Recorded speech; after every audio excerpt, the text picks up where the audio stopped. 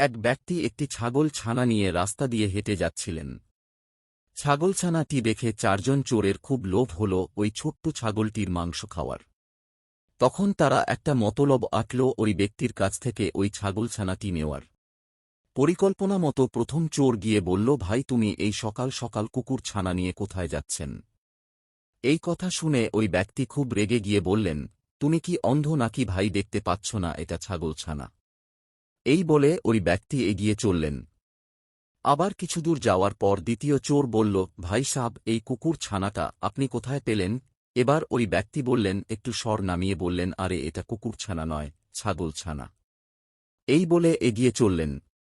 আবার কিছুদূর যাওয়ার পর তৃতীয় চোর বলল, কি ভাই বাড়িতে কুকুর পোষবেন নাকি? এবার লোকটি আর কিছু বললেন না ঠিকই, কিন্তু মনে মনে ভাবতে লাগলেন, সত্যি কি এটা কুকুর ছানা? এইভাবে কিছুদূর যাওয়ার পর চতুর্থ চোর বলল, আরে ভাই এত সুন্দর কুকুর ছানাটা আপনি কোথায় পেলেন? এইবার ওই লোকটি পুরোপুরি বিশ্বাস হয়ে গেল যে এটা একটা কুকুর ছানা, তার নিশ্চয়ই চিনতে ভুল হয়েছে, এটা ছাগল ছানা নয়।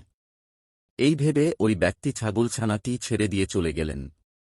এরপর ওই চারজন চোর এসে মহানন্দে ছাগলছানাটি ধরে নিয়ে চলে গেল। আমাদের জীবনেও এরকম অনেক মানুষ আছে যারা তাদের স্বার্থসিদ্ধির জন্য আমাদেরকে ভুল প্রমাণের চেষ্টা করে। তাই কোনো কিছু বিশ্বাস করার আগে নিজে যাচাই করুন যে তথ্য আপনাকে লোক দিচ্ছে তা কতটা সঠিক।